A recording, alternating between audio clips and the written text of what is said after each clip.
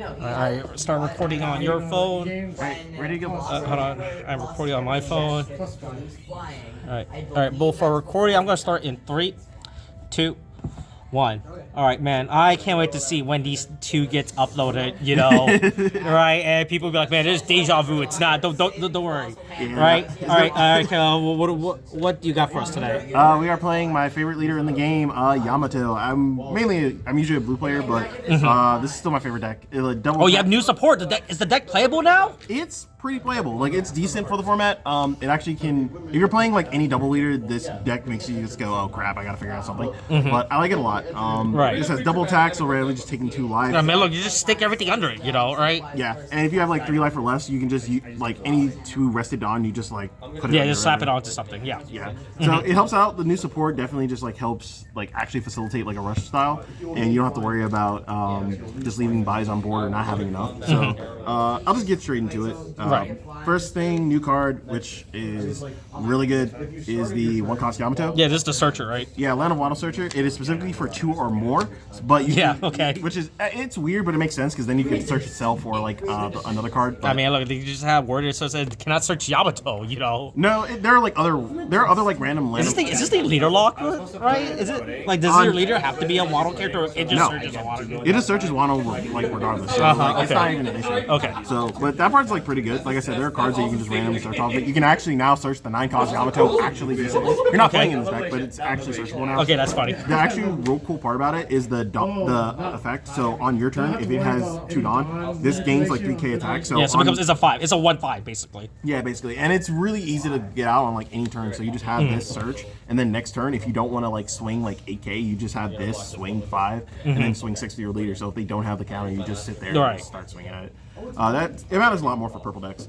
But next thing is like the EZOs. So 2 of this and 4 of this. This is a 2k, but Really, you're only playing 2 of the blockers. I thought you would max out on this. So for the banish. okay, so here's my logic for this. Okay. Like, for as good as this is, there are way too many times, or at least like later in game, where you don't really want to put the 2 under. Like, you'd rather just use your leader effect to just start putting on rushers or just getting damage in. And I think that for as good as this EZO is, you don't always want to do that. So I think 3 might be fine, but right now I'm just testing 2. I've been fine with 2. I haven't really, like, you're not really super focused on having blockers. You're just trying to get things out. Right. And when you summon this, like, it's still really good. This is basically another Nami where you just give your, this one also only give your leader banish. So like compared to like Nami where it like puts anything, like I said, this card is really good, but it's like situational weirdly. So I think for as good as it is, you don't need that many. And 2 is fine for now. I think 3 I'll probably increase, but we'll see over time. Next, for one of the more busted cards of the deck, the Hiyori. This Hiyori is so good, and it sucks because it kind of also limits your deck building. But you trash the character, you play up to 1 Land of Water card that's 5 or less, and then you draw a card. So it replaces itself, gives you a card, and basically it goes neutral. Yeah, so I think it's way better than like half the cards here, though. But because like that draw matters a lot, because there are so many times where like you're just losing cards in hand, or when you're trying to attack or you lose your board, you just can't do much, and this replaces everything. It goes neutral most of the time, but if you're just going in later game or mid game, this card is nuts. And I wish there was a couple more options you have, but that's kind of where the new support comes in. Same thing here, 2 Nekomamushi. This is really good. Again, I was playing more. I was actually maxed out on it for a while, but I put it back down to 2 while testing. It's only because of like 1 card in here, but this helps you like with the leader effect. You just give it 2, and now it can attack active characters. And this matters so much. You can just get rid of blockers. You can get rid of like higher cost things that are just got stuck on board, so they can't do anything. Yeah, these are 7. You know. Yeah, he's a 7 that can attack active, which is crazy. Yeah, no, it's really good, and arguably the best card in the deck. Kikunojo. Every yellow deck wants to tech it, and every other deck loves it, but this deck can search it and use it like pretty effectively. The on KO usually never comes up, but it's also just a 4/6k. You can summon it off the Hiyori from before. You just do this, summon the Hiyori, and then you pass. Sometimes that is just the best play. But if you do KO it, you just get a life. So that's really good. And if you have 3 or less, which you should, because again, you're swinging with your double attacking. It's always a double attack connect. It's always live. Yeah, so you always do that, and then you just trigger this, which is like pretty good. Next one, this actually, another thing that matters is that they're all slash, and that'll come up with another card. Next thing, a new card. It's a vanilla. It's technically a vanilla, but the triggers are really good. It's a 2k that if your leader's Land of Waddle, because of course it is, and your opponent has 3 or less life, you summon this. So this is basically just a leader lock Kikunojo with a little bit less. honestly, it's still really good. Just having the 2K that you can actively summon in just another body. The one thing I always hated about Satori, which is similar, is the fact that you had to trash the cards. This just says, okay, you have it, summon. And it makes it a lot easier on turns when you need to push, or if your opponent thinks they're about to kill you and you have this, you can either keep it for the 2K, or you can just summon it and then you just kill the next turn. Next are the Momos. So you have 2 of the 5-cost Momo and 2 of the 6-cost Momo. Right. That's the new one. Yeah, this is the new one. So I'll start with this one though. This is the blocker. This is something again you were probably summoning off of Fury, because you do that, summon this, any of your other Land of Wano cards. So like the Yamato, for example, you just put that in your life, so you have another life and another future counter, and it's just a lot better. You can't put Momo off of Momo. I've almost done that. It's stupid. But a 6K blocker that can also be an attacker in the future is also really good. It's one of your better ways of just staying in the game when things get rough. Again, I probably put this back to 3. It's really good, but it's also one of the awkward cards. Cards that aren't counter in this deck start to like pile up, so I tried to like reduce the number. But this is one of your better cards. This card, however, is when I first met this card, really nuts. is the wording of this card is really bad. I don't understand what they're doing with this leader. Yeah, if this leader, so first thing, if your leader has 2 or less life, which you will, you're taking life a decent amount of time. You just 6K on your turn. Yeah, and like even now in like the blue purple Luffy, you can just now just do a normal swing and you're fine. And half the time it don't matter. Its second effect is really good. Yeah. So you just take it's weird and wordly. So basically, when you give 2 off your leader effect, you can take that off of whatever you put it on. This gains rush for the turn, and it also just gains 1,000. Even on the turns where it doesn't gain rush, you just now have an 8K swing. Yeah, you have a 6-8 swing. Yeah. No, 8. Oh yeah, 6-8. Yeah. This becomes 8 now. So you have a 6-way swing here, you have an 8K swing here, and on the turn you bring it down, it's basically just an 8K swing. So now they have to deal with that by turn 6. They've at least taken 1 to 2 life already, and now you're just rushing them down. Right.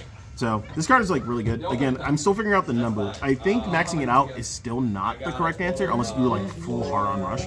I still am trying to figure out like a more control style, so it's like a little weird, but I think this card is just really good. It's searchable, it's easy to get to, and it's fine. People will probably notice that I don't play like the other 1-cost Momo. I don't think it's worth playing. It's really good, and you're fine with consistency, but you already have Yamato and you already have the bodies. So half the time when you're here, you don't need to add more. You don't need to add more searching. You just need to just start swinging. Yeah. Half the time, like they have to deal with this. If they have blockers, sure, they now have to sacrifice cards, and by then you can start building the other bodies that they can't really deal with. So just like having like 2 Kikinojo, if they try to trash it, you get a life, so you last longer. And if they don't, then you still have a constant 6K body. Right. I think that's way more valuable than just trying to always get it out. Next, one of the cards that I refuse to take out, Nami. This card is like really good. On play, it gives your leader or character advantage. This is why this hasn't left the deck, and it's also why I don't think Fusion needs to be like maxed out. Yes, it's a blocker, but this is just a better advantage for any character. So if you have your higher cost stuff like the higher cost rush, so you just do that, you swing out and it's better. Also the trigger is infinitely better, which is KO 5 cost or less, which matters a lot now, especially with Blue Purple Luffy. They try to have like the Nani blocker, so if you have this in life, you can just put this here. Well, you don't put it here, but you can just take it. It now takes care of a character. Like you summon it, and if you have leader effect, this just now becomes 5K. If you have it in trigger, you just KO something randomly, and if you have it in hand, it's 1K. I think this card is way too good to try and take out. So it's probably one of the best cards in the deck. I don't think it'll ever go. Next, another 2K, which is really good for the deck, is the Draco Mihawk. It is able to summon a 4-cost slash creature, which is why like I focused on the Fiori and not the Fiori, the Kikinojo, the is Nekomushi and also a slash? Nekomushi is also slash. So all these are slash, including the oh man, even Kitty was a slash too. Yeah, that's crazy. So you literally can just summon him off him on like turn 2. So you now have like if you for some reason just don't want to do that or just want to get the bodies, you just swing with that. They are giving you a counter. If they don't give you a counter, cool. You now have 6K. You have this, and the like one turn. I've literally had turn 1 Yamato. I've had this.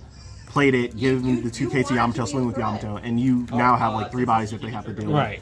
So that's pretty cool. Yeah. So like having that and like you now have just active board control, which is one thing I always loved about like Dofi. And this deck like somewhat has that now. This card is really good.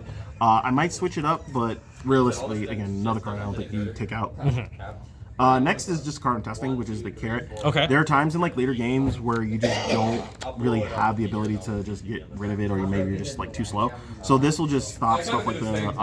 At least for me, the one random card I really had trouble with was the was the just higher cost blockers, and just having to be rested or just dealing with them is just really easy with Carrot. It's also just a 1K counter, so if you need to, you just discard it. This will probably come out soon. It's okay for the format. It's not great, but it'll do. Yeah, under because I can cast it. One of the best green cards ever. Yeah. Hey, just swing with this guy. Yeah, you just literally summon him. He has rush. You take a life, but you literally get to rest 2 Dawn characters or 1 of each, and it's so good. Yeah, and he's a 7/10 theoretically. Yeah, against a Yamato. Yeah, against Bonnie, it's like against Bonnie, you just get rid of their Dawn. Against Blue Purple Luffy, you can reduce or just get rid of the fact that Gum Gum Giant's a card. Yeah, and it is just so good. There's not much to say about this. This card does everything. This card can pay your taxes if you want it. It's just great. Next are just the last few cards. It's all events. 0 cost life. You still play a lot of non-counter, even compared to this list. So sometimes you need to get rid of it. Also, there's a card that'll save your life literally if you need to. The Electric Luna does similar thing to Carrot, which is why I think Carrot might go. Its actual thing is like you rest all of their 7 or less, and they can't restand. And the trigger is just resting any character. Yeah, which will I think that thing randomly comes up. Yeah, it comes up a lot. And the last card, which again might move out, is the Blaze Slice. It's pretty good. It makes your leader 6K on your opponent's turn, and it stays like that till the end of the turn. And if they have a 2 or less, it rests it. If they have 2 or less life, which again, during this format, especially with Yamato, if you're swinging at like double cost leader, you have this, and this is already online, which is really good. And it rests to rest the 4 costs or less, which comes up for like lower cost blockers and other things. So I think the card's good. I just think it may not stay in this format. Blue purple Luffy, like all the Luffys basically just play like it's stupid. Yeah. All the Luffys play like higher cost stuff, so this isn't as good. But it still has its uses. Just making yourself 6K for like really cheap, and you can just keep stuff up. So yeah, I think it's pretty good. I think the main advantage that this deck got is like you can be a lot more Dawn efficient, and just your rush strategy is a lot better. So I think I don't think there's much else. I think it's always going to be a good rogue strategy, and it's really just fun to play. I love this leader. I love the character, and just hopefully I can like play in an actual like Treasure Cup because I have been struggling to get to these events. It is hard, but yeah, that's deck profile. All right, well, thanks a lot, Kevin. All right, Kate, thanks. Bye. Bye. I mean, the 3-color mana bases. Cool. All right, so we got an idea for